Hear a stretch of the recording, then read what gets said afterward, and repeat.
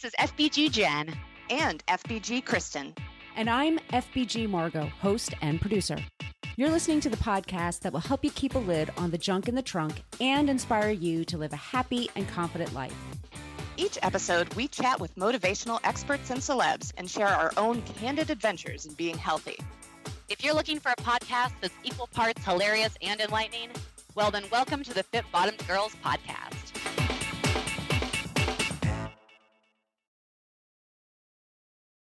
Gym bag and workout clothes smelling not so fresh? Well, hey, that's okay, because we've all been there. And we have a great natural solution for you. Inspire Bath's new gym bag spray with natural odor control in a 1-ounce travel size that you can just throw in your bag to freshen up your clothes, your sports equipment, or anything else that just gets a little bit funky post-workout. Get yours now at inspirebath.com. Welcome back to the Fit Bottomed Girls podcast. This is FBG Margot, and on the line today we have FBG Jen. Hey. And we have FBG Kristen. Hola. Hola. Our guest today is Stefani Ruper. Her book is Coconuts and Kettlebells. She is with paleoforwomen.com. Jen and I conducted this interview with her, and this woman attends Oxford University, and she's getting her Ph.D. in philosophy. So I'm going to guess she's one of the smartest people we've had on the show. What do you think? I think so. But also very down to earth. Like she was we had like I felt like a great normal conversation. And then we also kind of talked to her a little bit about like, okay, so what's Oxford like and what's it like to study for your PhD in philosophy, huh? It was good.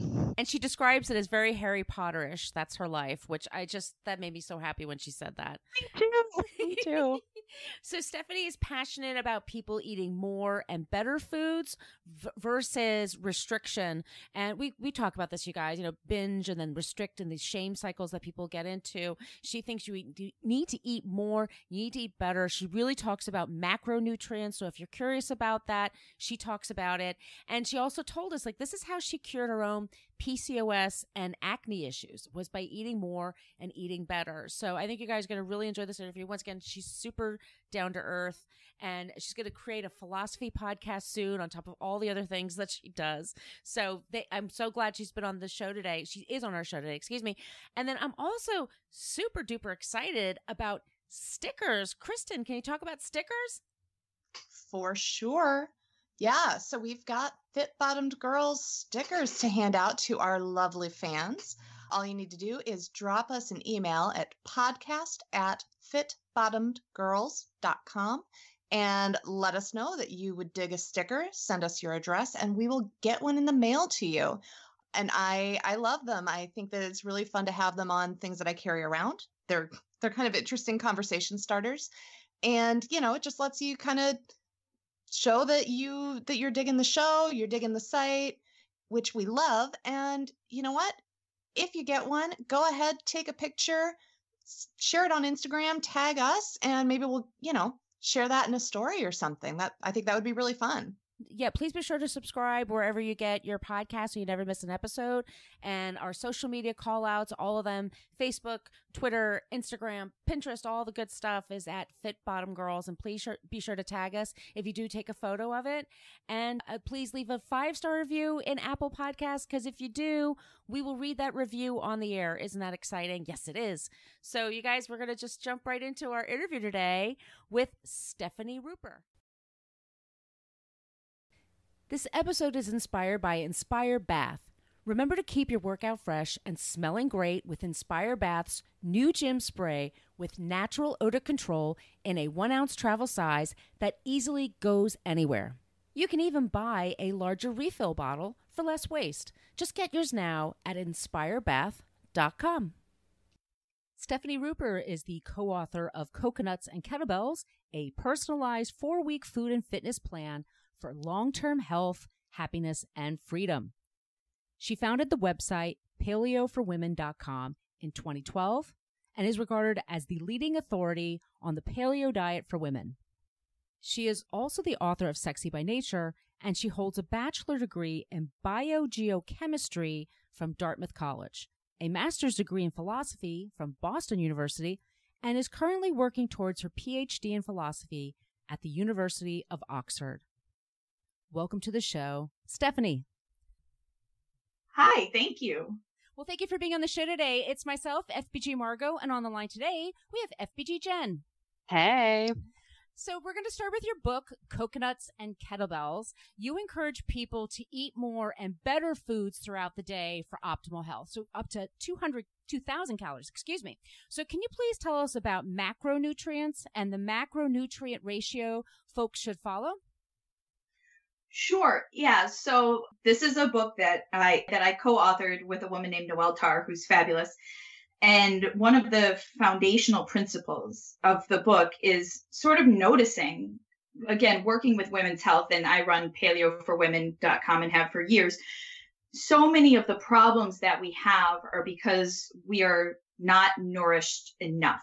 And we have this culture, our culture, all of it. It's not just pieces of it, but all of it is focused on how to eat less, right? And everything that we do around food is based on restrictions, right? Like don't eat X, don't eat Y, don't eat Z. And also numbers, right? First it was 1,800 calories a day, then it's 1,500, then it's like now 1,200 is a magic number. And it's like, how low can we go here, friends? You know, how low are we going to take this? And the same thing applies to macronutrients. And so I was writing a program for weight loss, actually, a few years ago when I decided that what I wanted people to do, I was looking at low carb and low fat. And I happen to be of the opinion that both types of diets can be effective for weight loss.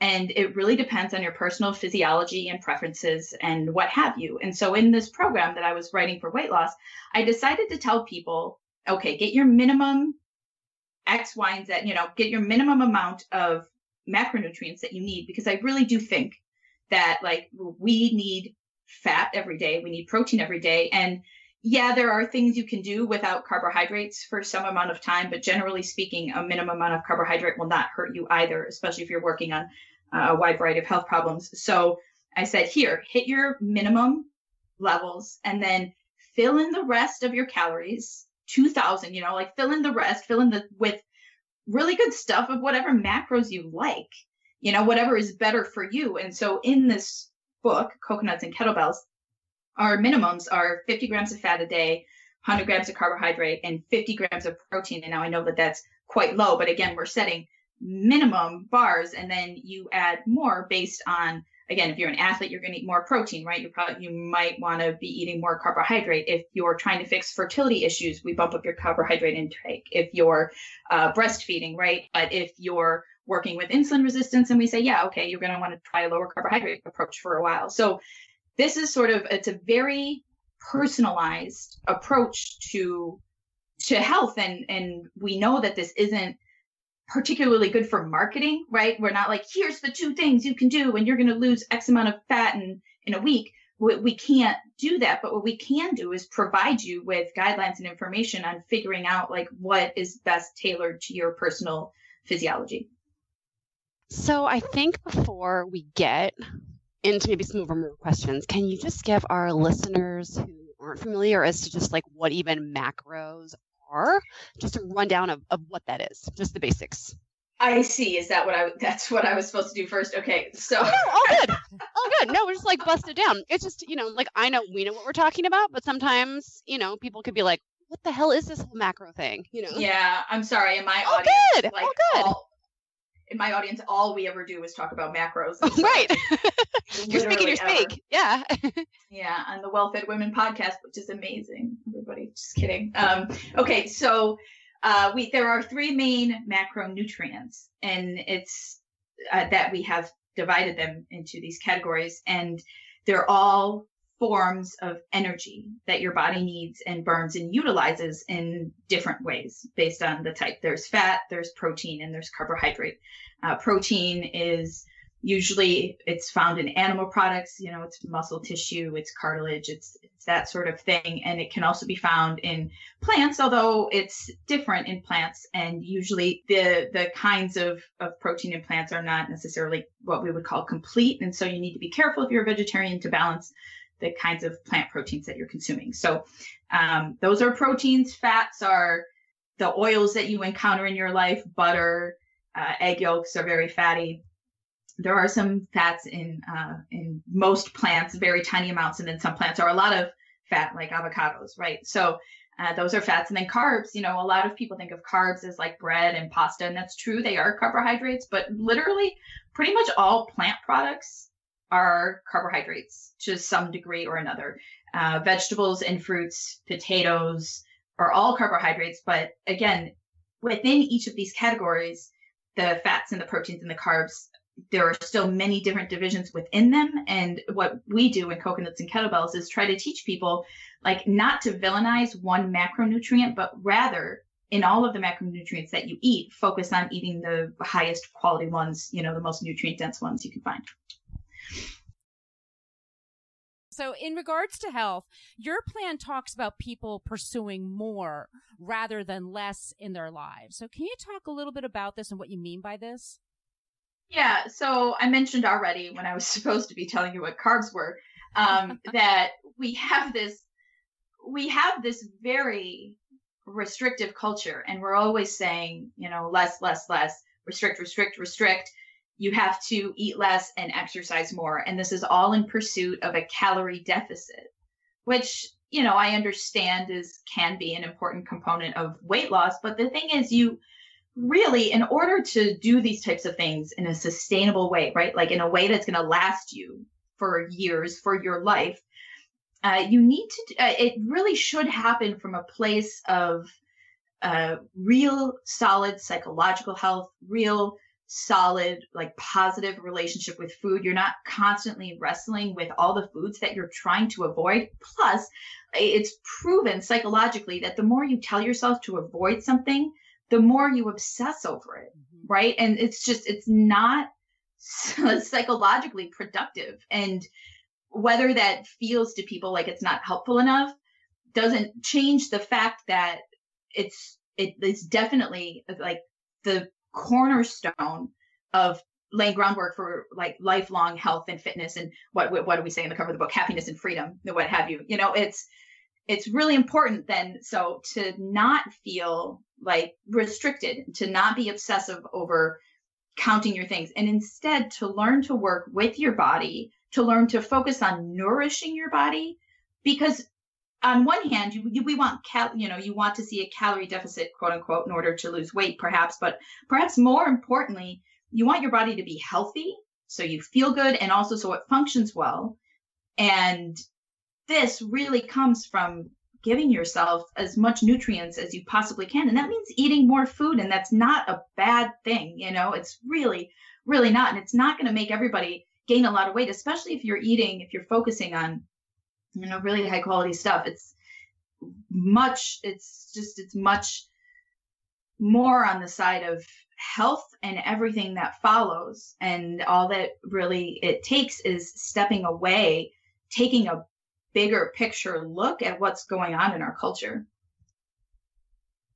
So I'd love for you to let's just drill down into that just a little bit more, because I think that's so interesting. That mindset piece, we're like so about you can't hate yourself healthy, like you really have to, love yourself and start from that place to make small changes to see what works for you and what doesn't work for you and kind of go from there. When you have, listeners, readers, followers who come to you and, maybe they are trying to go for a weight loss goal or something, or maybe they do have, a very restrictive past with those obsessive thoughts about food. Are there like some different warning signs or some advice that you give when you do start to see women like, okay, we're not fully approaching this from, the right mindset? How do you help them shift to that right mindset? Because, like if someone is going completely paleo, there are a lot of things that you can't have. So what do you look for in that kind of a circumstance? Well, I mean, these are two very large questions, which is yeah. what does having a disordered relationship with food look like? And then what do you do about it? What it looks like, I think, is, looking from the outside, it's hard to identify. I can do it. in a dining hall when I see somebody sit down with a plate a heap full of vegetables, but nothing else, because that's been me. And I don't mean to like assume what's going on for them, but a lot of like high density nutritious foods like plants, but without the fats and the carbs. When I see that in eating behavior, the lean chicken breast on a plate of greens as the thing that we do in our culture that we trumpet as healthy. These things are usually warning signs that you're being restrictive, even if you don't know it, and of course, then something that we see a lot in this kind of behavior and that I was stuck in for decades is what I have called, and many people have many different names for these sorts of things, the binge restrict cycle. Noelle, and in our book, Coconuts and Kettlebells, we call it the shame cycle. And what happens is you restrict your calories or your carbs or your fats or whatever it is you're doing for X amount of time, or maybe you exercise a lot. Maybe you go for an hour-long run in the morning and then again at night or something. And you're feeling kind of cool about that because you're restricting, but you're also feeling very deprived because physiologically you are quite deprived of food and energy and what have you. And your body has all of these mechanisms in it that will try to get you to nourish yourself more, right? And so these urges you have to eat build up, and then you eat, but because there has been so much momentum in that direction and you've been resisting it for so long, it becomes something that all of a sudden it's huge, right? And maybe you have 4 cheeseburgers or a few boxes of cereal or a case of donuts, whatever. I've done it all. I've done all of the things. So then you do that, and then you feel terrible about it, and then you restrict again, and it's over and under and over and under and over under and eating. And I can't tell you how many times I've seen this kind of behavior, in women. So that's definitely something to look for in yourself.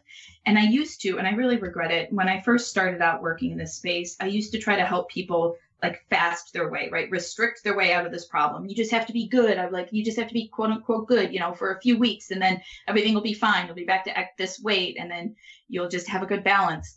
But I was absolutely 100% wrong. The real way to get out of this, I'm fighting a sneeze. The real way to get out of this cycle is to actually stop restricting and start eating more. And it's terrifying for a lot of people, but it's absolutely the most surefire way to do it, because then you start to feel fed, right? Physiologically and emotionally. And all I have to say is about that is don't be scared.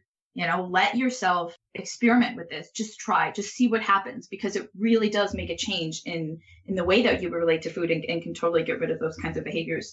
So that's what some things that it looks like. And I guess a piece of advice, I don't want to talk for the next 40 minutes or 40 hours about it, but I could. So. No, that's perfect. That's awesome. And while we're kind of down there, I know you kind of mentioned a little bit about your story. Did you want to share a little bit more about your past and what kind of led you to this? Sure. That's also kind of a big question, right? Yeah, well, I love it. I mean, what led you here? Yeah. It's not a particularly unique story, right? I grew up in a home where people were dieting and in a culture where people wanted to be slender, and I wasn't necessarily, and was just always really trying. And I was in high school and, eating very, very little and developing a twice a day exercise regimen and all that stuff. And it never worked, precisely because I would fall into these cycles then of over and under eating. And that persisted for ages. And of course it worsened in college, which is so universally true for very, very many people. And then what happened was at the end of my time in college, I started to win, quote unquote win. I actually got sick. This is terrible. Like, I got a stomach bug and I couldn't eat for a few days. And then I had enough momentum to keep starving myself, and for months. And I lost 30 pounds in a couple months, which was a lot because I'm, not a very large person. And I stopped menstruating, and I was like, okay, fine. And over the course of the next few months, I developed a really serious case of acne, like really, really terrible acne, issues with all other sorts of hormone imbalance problems. libido and sleep and what have you. And that went on for a while. And I finally went to see a doctor, and he was like, "Oh, you have PCOS." And I was like, "What's that?" And I realized that the way that people normally talk about PCOS is that you need to lose weight and exercise more. And that sort of legitimized me doing what I had been doing. But I also knew that there was some kind of fishy about that. And so I started doing a lot of reading about PCOS, polycystic ovarian syndrome, which is a fertility condition that affects a lot of women. And I eventually then realized that PCOS can actually be caused by many other things. Okay, sorry everybody, I have a printer humming in the background, and I don't know when it's going to stop, so I'm going to keep talking about PCOS. Yeah, and so I did so much reading in medical journals, and what I was looking for was a way to heal my PCOS and stay thin and heal my acne, which, terrified me. I was trying to do all of these things at the same time. And the more and more I read, the more and more I realized that was never going to happen, because I had serious health problems because I was under eating. I was also, I had problems with my bone density, right? All these sorts of things. I was anemic. And so and then I read a book about feminism, which was kind of the first time I had ever been exposed to that sort of thing in my life. And I realized that it wasn't just me, but it was all of us who are sort of trapped in this world of thinking that eating less is like a way to be healthy and attractive and all of these sorts of things, right? Like that's the secret, but it's not. It doesn't have to be. You don't have to live that way. As a matter of fact, if you don't, you can end up feeling better, being healthier, and all of those sorts of things. So then I started Paleo for Women, because I had these ideas about specifically what women needed, both emotionally and physically, in order to be healthy. When was that? When? 2012. Yeah. Okay, it's just so funny. Like, your story mirrors my story, almost like so. Was perfectly. It at the exact same time? It wasn't. I'm probably a little bit older than you. Mine is very much in like 2007, 2008. And got help, but it really was the feminism piece that I worked with a registered dietitian who specialized in intuitive eating and stuff. And she was like, can you imagine what the women of this world could do if they knew they were more than the number on the scale, or didn't put so much of their power there? And for me, I was just like, oh my God, my mind's blown. Exactly. Like, I wasted so much time. Oh my God. Yeah. I mean, it's so similar. And I think that it's not, I think there's a gazillion of women out there that are still, because it's so just culturally accepted. It's so ingrained in our day-to-day life and our upbringings, and it's everywhere. Yeah, it is. But it doesn't have to be. That's why everyone's listening to all of this information, right? Yes. And thank you for fighting the good fight. Break free. So let's take a turn into fitness. So part of your program is there's a 4-week fitness plan. How do you make it easy enough for people to sort of do it on their own? Well, I don't, because I know nothing about fitness. I joke mostly. So my co-author, Noelle Tarr, is a fitness specialist and a personal trainer, and she has a ton of letters after her name, and I'm not certain what they mean, but she has them. And so she works a lot with kettlebells, and she loves kettlebells because if you have one at home, you're like good to go. You can do anything. And she thinks that they're a very accessible way for people to, be able to exercise. And she actually has a workout program called Strong from Home. That's fantastic. But a fair amount of that content is also in our book, Coconuts and Kettlebells. And all of the photos, there's, every exercise has photos, and they're all photos of Noelle.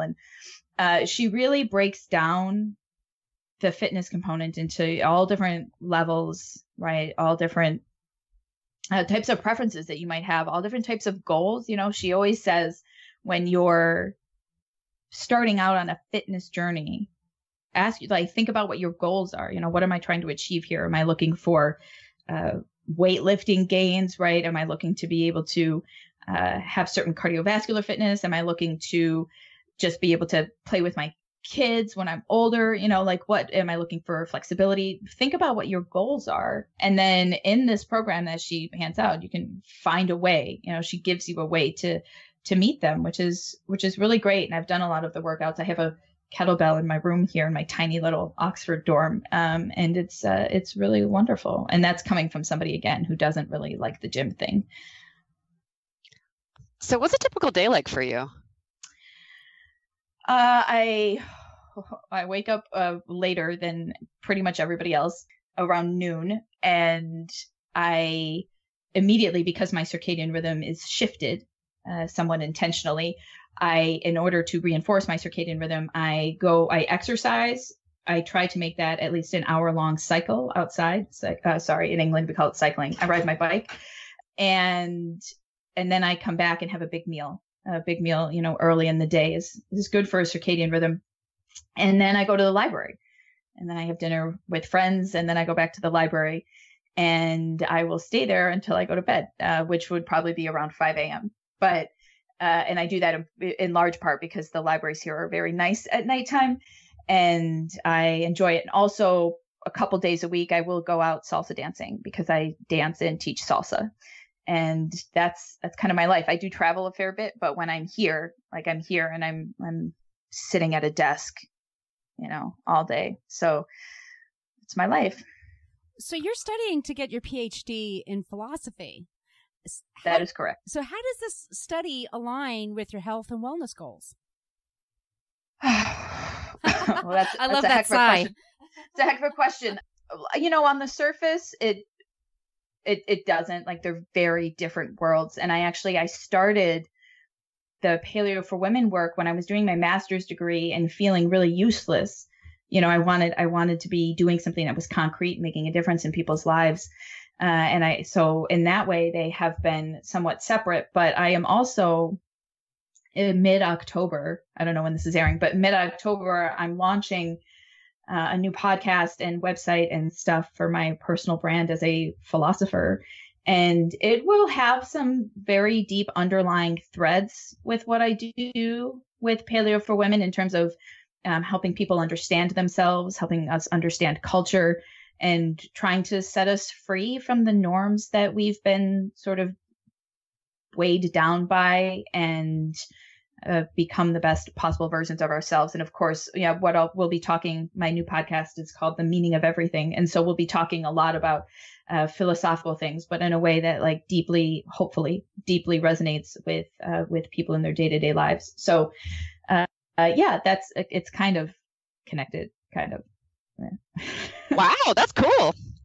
Thanks. Yeah, and you're the definition of a true night owl. Yes, absolutely I am. And I said 5 a.m. to try to go soft on y'all, but recently it's been more like 7, which is it's a little bit late for me, but I like the night. Wow.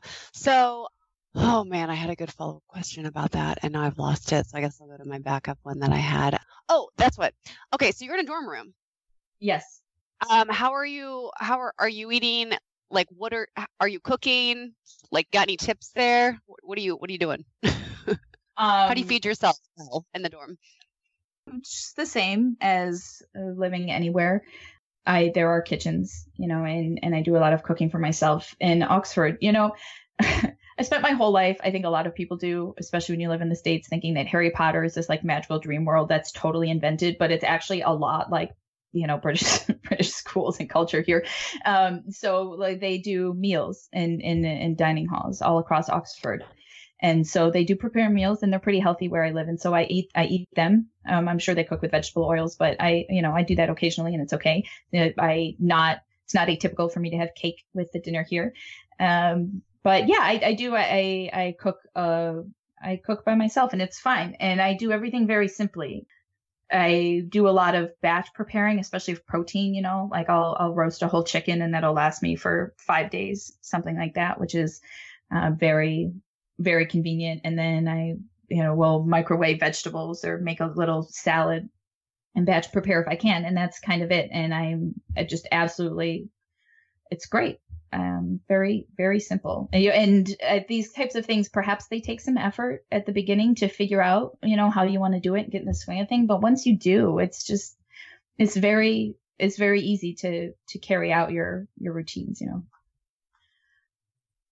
How much longer do you have to study there? It's ambiguous. My dissertation is pretty much done. I'm just kind of sitting on it. Oh, okay. Because I'm working on a couple of books currently, and Oxford is a great place to be for writing books. And I love living here. Actually, I have a really, really delightful group of friends here. So I maybe another year. But it's very flexible, and I never really have a place that, I don't know where I'll be next. But it's nice here for now. So I'm here for now. It's awesome. Kind of random question. What are your thoughts? Because it's something that, oh my gosh, I see it everywhere. Keto. You got thoughts on keto? Before I answer that, do you have strong feelings one way or the other? Because I don't want to really upset your audience. I have no emotional attachment to it.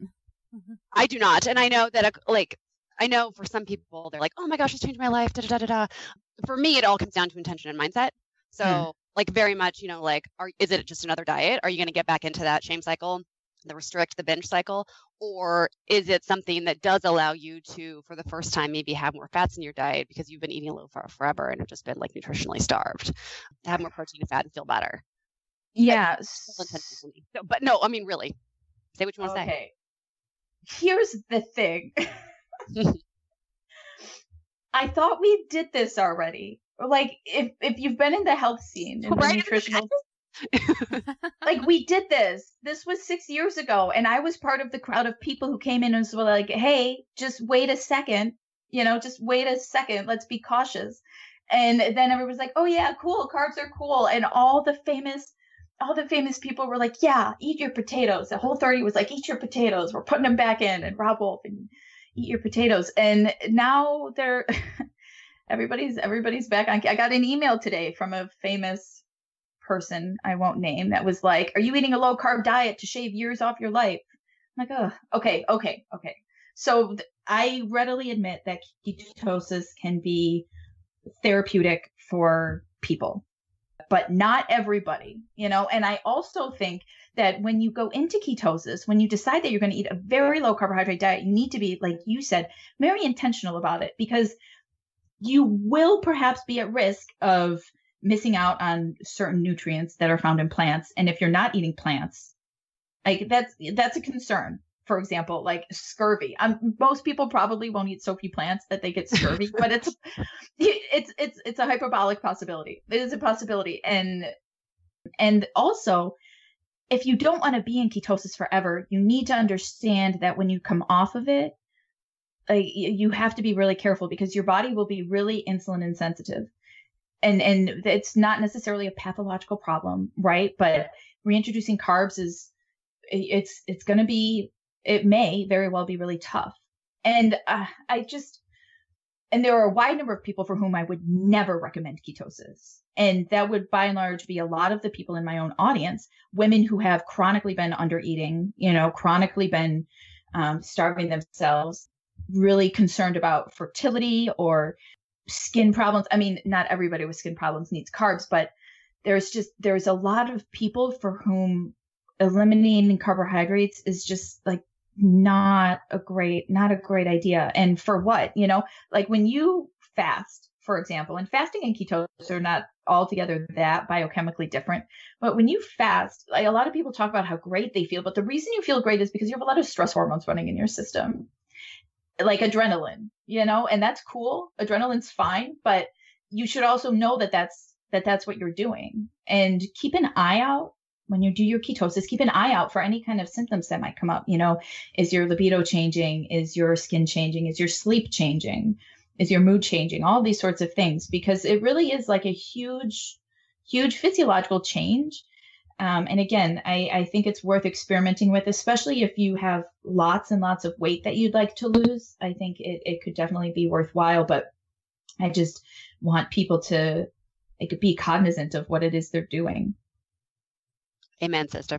Amen. Oh my Amen. goodness. I'm so glad you agree. Oh no, I have a friend that like she talked about like I had red peppers the other day and I know that's not keto, but they were so delicious and I had to have them. Like, you had a red pepper. That's awesome.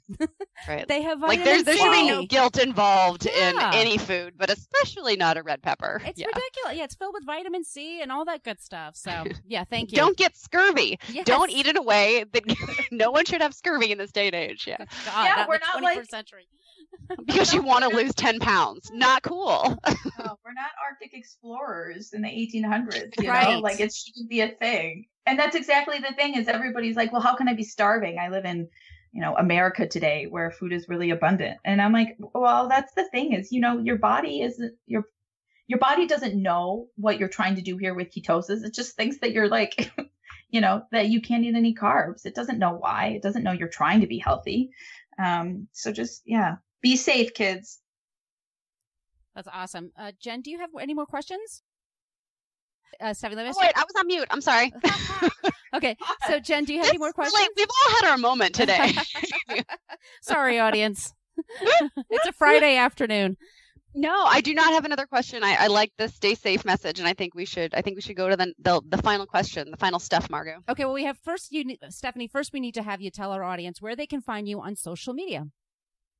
Wow. Well, many places. If you want to follow my health work, all my handles are Paleo for Women on Facebook, Instagram, primarily. And then if you happen to be into philosophy and the meaning of stuff, you can find me at StefaniRuper.com or on those are my handles on Insta too. So, yeah, find me anywhere. Awesome. And then we do have one more question for you, and that will let you go enjoy the night, as you like to do. So, what was the last song you listened to before you did this podcast interview? Wow. Okay. I just realized that I should have told you I have a podcast called Well Fed Women, and it's great. And there's a book called Coconuts and Kettlebells. Well, absolutely. So we'll have that in the intro find too. Those. Yes. And then, I listened to Bruce Springsteen's I'm on Fire. That was the last song I listened to. Oh, that's a great song. I was kind of expecting like a salsa song or something. Yeah. Well, I will be going later this evening, but that was what I did a half hour ago. That's awesome. Yeah. Stephanie, thank you so much for being on the show today. You were a great guest. In spite of all these glitches that we all three had, it was a really great interview. Yeah, thank you very much for your patience, and it's been wonderful. Thank you. Love this show? Tell us why in a 5-star review on iTunes, and we'll read it on the air. Also, make sure you are a subscriber. If you want to reach out to say hi or have a question about a recent episode, yay, well, feel free to email us at podcast@fitbottomgirls.com. And if this podcast jives perfectly with your brand, consider sponsoring the show. Get more info by emailing advertising@fitbottomgirls.com. Find all kinds of Fit Bottom goodness online and on social media at Fit Bottom Girls, Fit Bottom Mamas, Fit Bottom Eats, and Fit Bottom Zen. And if books and movies are your thing, check out the other podcast I co-host called Book versus Movie, which you can find anywhere where you search for podcasts. Thanks for listening.